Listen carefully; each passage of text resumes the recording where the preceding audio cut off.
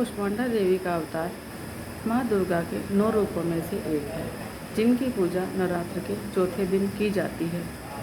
माँ दुर्गा के इस रूप का नाम 3 शब्दों से मिलकर बना है। कु यानी छोटा सा, कुष्मा यानी कि ऊर्जा और अंडा यानी गोला। अर्थात माँ कुष्मांडा के नाम का पूरा मतलब है ऊर्जा का एक छोटा सा गोला। कहा जाता है कि जब सृष्टि में चारों ओर अंधकार फैला था, तब माँ दुर्गा अपने इसी स्वरूप में प्रकट हुई थी। अपनी मनमोहन मुस्कान से माँ दुर्गा ने अपने चारों ओर प्रकाश उत्पन्न कर ब्रह्मांड की रचना की थी। इस कारण यह आदि स्वरूप या आदि शक्ति के नाम से भी जानी जाती है। माँ कुष्मांडा को ब्रह्मांड की पहली देवी कहा गया है, जो आंतरिक शक्ति का रूप है। सिंह पर सवारी करती हुई माँ कुष्मांडा का रूप बड़ा ही मनमोहक प्रतीत होता है और उनके मुखमंडल पर सदैव ही एक प्यारी सी मुस्कान सुशोभित रहती है। माँ कुष्मांडा की 8 भुजाएं हैं, जो 8 दिशाओं को दर्शाती है। इसी कारण इन्हें अष्टभुजाओं वाली भी कहा जाता है। माँ के 7 हाथों में चक्र, गदा, धनुष, कमंडल, कमल पुष्प, कलश और बांध क्रमशः सुशोभित रहते हैं और उनके 8वें हाथ में सभी सिद्धियों और निधियों को देने वाली जप माला विभूषित है। माता को कुमड़े का भोग बहुत प्रिय है, जिसे संस्कृत में कुष्मांड कहते हैं, और इन देवी को कुष्मांडा देवी का वाहन शेर है, जो भक्तों में निर्भयता का संचार करता है। माना जाता है कि जब सृष्टि की कोई रचना नहीं हुई थी, तब एक छोटा सा ऊर्जा का गोला उत्पन्न हुआ और उस गोले ने 8 दिशाओं में रोशनी फैला दी। देखते ही देखते उस गोले ने नारी का रूप ले लिया। वह नारी कोई और नहीं बल्कि माता कुष्मांडा थी।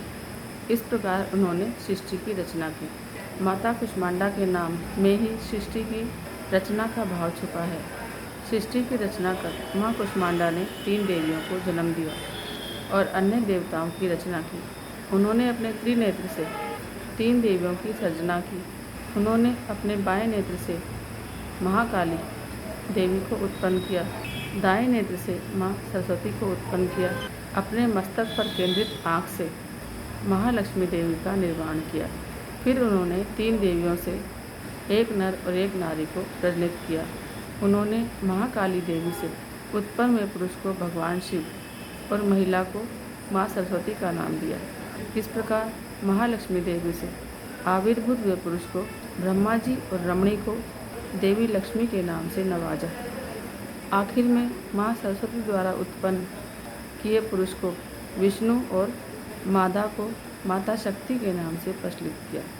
फिर उन्होंने जीवन साथी के रूप में ब्रह्मदेव को माता सरस्वती, भगवान शिव को माँ शक्ति, भगवान विष्णु को माता लक्ष्मी को प्रदान किया। इसके बाद देवी कुष्मांडा सूर्य के मूल में रहने लगी, अर्थात माँ कुष्मांडा एकमात्र ऐसी देवी है जो सूर्य के मूल में निवास करती है। उनकी ऊर्जा, कांति और प्रभा भी सूर्य के समान ही दैदीप्यमान है। सूर्य लोक में रहने की क्षमता केवल इन्हीं देवी में है। वहाँ भगवान सूर्य की शक्ति का स्रोत भी है। सूर्य के केंद्र में निवास करते हुए वे सारे सौर्यमंडल को नियंत्रित करती हैं। माना जाता है कि माँ कुष्मांडा को हरा रंग अति प्रिय है। इसी कारण उनकी पूजा करते समय हरे आसन पर बैठना चाहिए, हरे वस्त्र धारण करने चाहिए। माँ कुष्मांडा की पूजा करने से सभी प्रकार के सुखों की प्राप्ति होती है और सभी कष्ट मिट जाते हैं। माँ कुष्मांडा आध्यात्मिक साधना में अनाहत चक्र की प्रतिनिधि मानी जाती है। यह चक्र हमारे सीने के मध्य में होता है, जो योग साधना का चौथा चक्र माना गया है। इस कारण चतुर्थी के दिन माँ कुष्मांडा की पूजा करनी चाहिए, जिससे माँ सभी बीमारियों और परेशानियों को नष्ट कर हमें समृद्धि, शांति, सुख और मोक्ष प्रदान करें।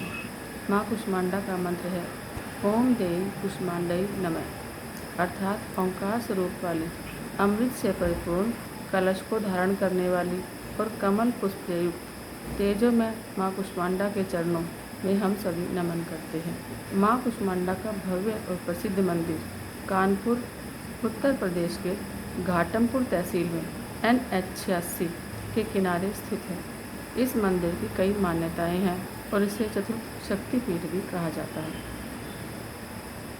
माँ दुर्गा के कुष्मांडा अवतार से हमें यही सीख मिलती है कि एक नारी भले ही शांत, सौम्य और कोमल प्रतीत होती है, मगर उस नारी में इतनी शक्ति होती है कि वह न सिर्फ नए जीवन को जन्म दे सकती है, बल्कि अगर वह चाहे तो पूरी सृष्टि की रचयिता भी हो सकती है।